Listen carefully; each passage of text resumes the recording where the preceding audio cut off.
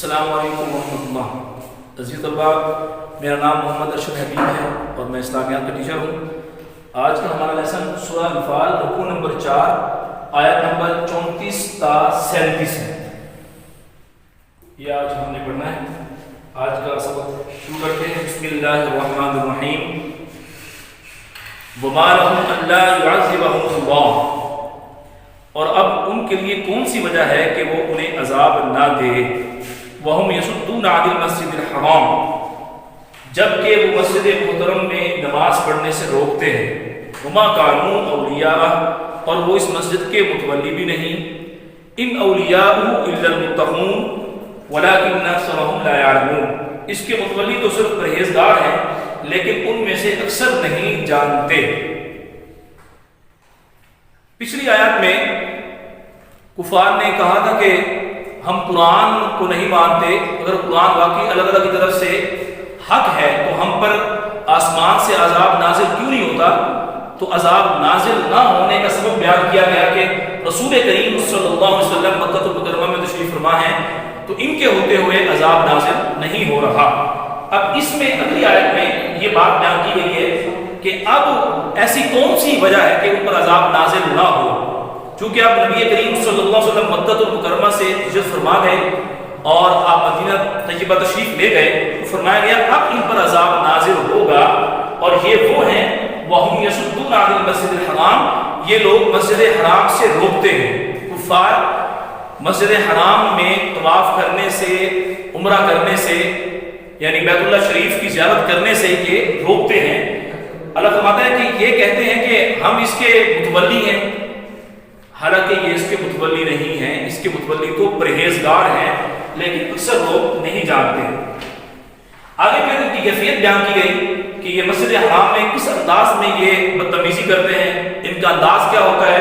فرمایا وَمَا كَانَ صَلَاتُهُمْ عِندَ الْبَيْتِ إِلَّا بُكَاءً وَتَصْدِيَةً، اور ان لوگوں کی نماز خانہ کعبہ کے پاس سیٹیاں اور تالیاں بجانے کے سوا اور کچھ نہ تھی۔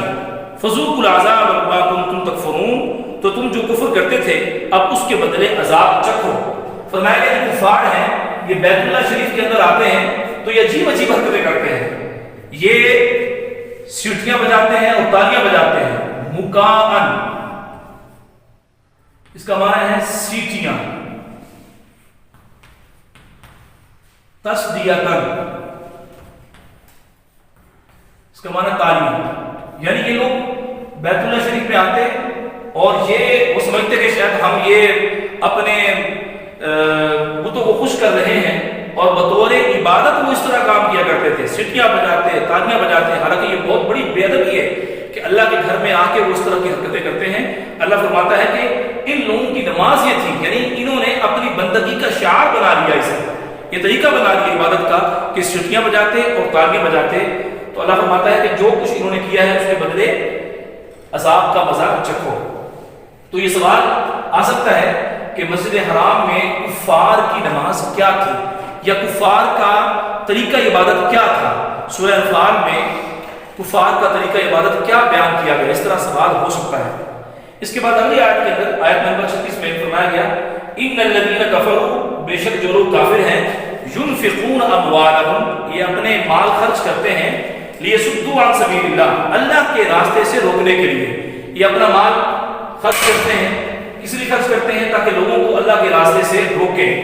فَسَيُنْفِقُونَهَا، سو ابھی اور خرچ کریں گے۔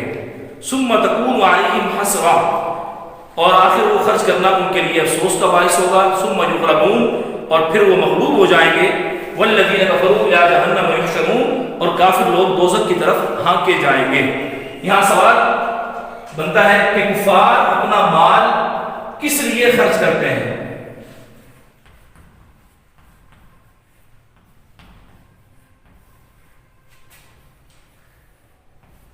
کفار اپنا مال کس لیے خرچ کرتے ہیں؟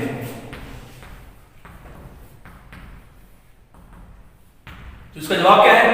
کفار اپنا مال لوگوں کو اللہ کے راستے سے روکنے کے لیے وہ خرچ کرتے ہیں، اور وہ چاہتے ہیں کہ جو مسلمان ہیں وہ دوبارہ کافر ہو جائیں۔ اللہ فرماتا ہے یہ دوبارہ یہ اور بھی خرچ کریں گے، لیکن ایک دن ایسا آئے گا کہ یہ خرچ کرنا ان کے لیے باعث افسوس ہوگا جب ان پر حقیقت آشکار ہوگی، اور قیامت کے دن جب یہ دیکھیں گے کہ مسلمان کامیاب ہو گئے اور ان کے لیے ابدی عذاب ہے، ابدی ٹھکانہ ان کا جہنم ہے، اس وقت انہیں افسوس ہوگا۔ اور فرمایا گیا والذین کفروا الی جہنم یحشرون، اور کافر لوگ دوزخ کی طرف ہانکے جائیں گے، انہیں دوزخ میں ڈال دیا جائے گا۔ اس رکوع کی آخری آیت ہے آیت نمبر 37، لیمیز اللہ الخبیث من الطیب، تاکہ خدا ناپاک کو پاک سے الگ کر دے، وَيَجْعَلَ الْخَبِيثَ بَعْضَهُ عَلَى بَعْضٍ فَيَرْكُمَهُ جَمِيعًا فَيَجْعَلَهُ فِي جَهَنَّمَ، اور ناپاک کو ایک دوسرے پر رکھ کر ایک ڈھیر بنا دے، فَيَجْعَلَهُ فِي جَهَنَّمَ، پھر اس کو دوزخ میں ڈال دے، اولئک هم الخاسرون، یہی لوگ خسارہ پانے والے ہیں۔ اللہ تبارک و تعالیٰ مسلمانوں کو کفار سے الگ کرنا چاہتا ہے، اور کفار کو قیامت کے دن ان کا انجام کیا ہوگا؟ اللہ رب العزت ان کو ایک دوسرے کے اوپر رکھ کر جہنم میں ڈال دے گا۔ کفار کے بارے میں یہاں پر لفظ خبیث استعمال کیا گیا، اس کا مطلب ہے ناپاک، اور مسلمانوں کے لیے لفظ استعمال کیا گیا طیب، یعنی اسلام لانے کے بعد مسلمان کیا ہو گئے؟ یہ طیب ہو گئے، پاک ہو گئے، ستھرے ہو گئے۔ اسلام جو ہے یہ کفر کی گندگی کو دور کر دیتا ہے، اور جبکہ جو کفار ہیں ان کے بارے میں قرآن نے کہا کہ یہ خبیث ہیں، ناپاک ہیں، اور قیامت کے دن انہیں اللہ تعالیٰ داخل جہنم فرمائے گا۔ تو آج کے اس لیسن میں جو چند باتیں ہیں جو قابل توجہ ہیں اور جو سوالات آ سکتے ہیں وہ یہ ہیں کہ ایک تو کفار کی مسجد حرام میں نماز کیا تھی، تو اس کے بارے میں بتایا گیا کہ ان کی نماز خانہ کعبہ میں سیٹیاں اور تالیاں بجانا تھا۔ اور دوسرا یہاں سوال ہے کہ کفار اپنا مال کس لیے خرچ کرتے ہیں، تو اس کا جواب یہ ہے کہ کفار اپنا مال اس لیے خرچ کرتے ہیں تاکہ وہ مسلمانوں کو اللہ کے راہ سے روکیں، اور یہ روکنا ان کے لیے باعث افسوس ہوگا۔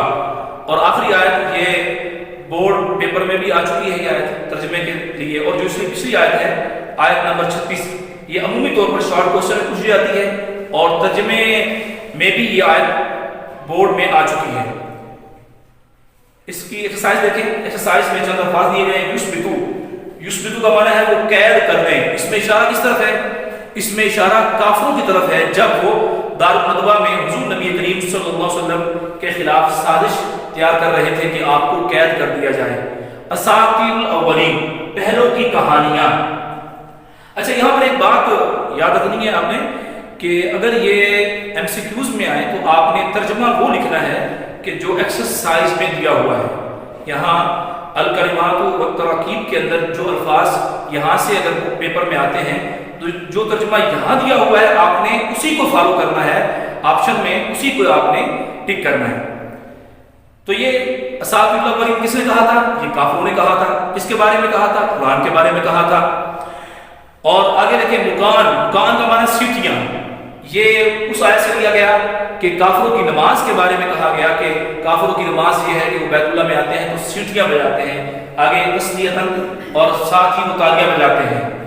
فَيَرْكُمَهُ، وہ جمع کرے اسے، یعنی کسے جمع کرے؟ کفار کو جمع کر کے جہنم میں ڈال دے۔ اس کے علاوہ دیکھیں ایکسرسائز میں سوالات کیا ہیں۔ پہلا سوال ہے اس سبق میں تقویٰ کے کیا انعامات بیان ہوئے؟ یہ گزشتہ لیکچر میں آپ اس پر آپ سن چکے، اس کا جواب بھی سن چکے۔ اگلا سوال ہے وَإِذْ جَمْتُمْ بِكَ الَّذِينَ كَفَرُوا میں کس بات کی طرف اشارہ ہے؟ یہ بھی کل کے لیسن میں بتایا جا چکا ہے۔ آگے دیکھیں کفار کے مطالبے کے باوجود اللہ تعالیٰ نے ان پر عذاب کیوں نازل نہ کیا، اس کے بارے میں بھی بتا دیا گیا آپ کو۔ آگے ہے مدرجہ ذیل عبارات کا مفہوم واضح کیجیے۔ اس میں دو آیات ہیں، ایک ہے وَمَا كَانَ اللَّهُ لِيُعَذِّبَهُمْ وَأَنْتَ فِيهِمْ، یہ وہ آیت ہے جس میں کہا گیا کہ نبی کریم صلی اللہ علیہ وسلم کے ہوتے ہوئے کفار پر عذاب نازل نہیں ہوگا۔ اور دوسری آیت ہے جو جس میں کہا گیا کہ کفار اپنا مال اس لیے خرچ کرتے ہیں کہ لوگوں کو اللہ کے راستے سے روکیں۔ تو ان آیات کا مفہوم لکھنا ہے۔ اس میں طریقہ کیا ہوتا ہے کہ آپ پہلے ترجمہ لکھ دیں، پھر اس کو شارٹ الفاظ میں اپنے مفہوم اس کا بیان کریں۔ اگر ترجمہ نہ بھی لکھیں آپ مفہوم اس کا لکھ لیں، اس طرح مفہوم لکھیں کہ جو آیت کے اندر بات بیان کی جا رہی ہے وہ واضح ہو جائے تو آپ کا جواب مکمل ہو جائے گا۔ تو آج کا لیسن ہمارا مکمل ہوا۔ السلام علیکم ورحمۃ اللہ وبرکاتہ۔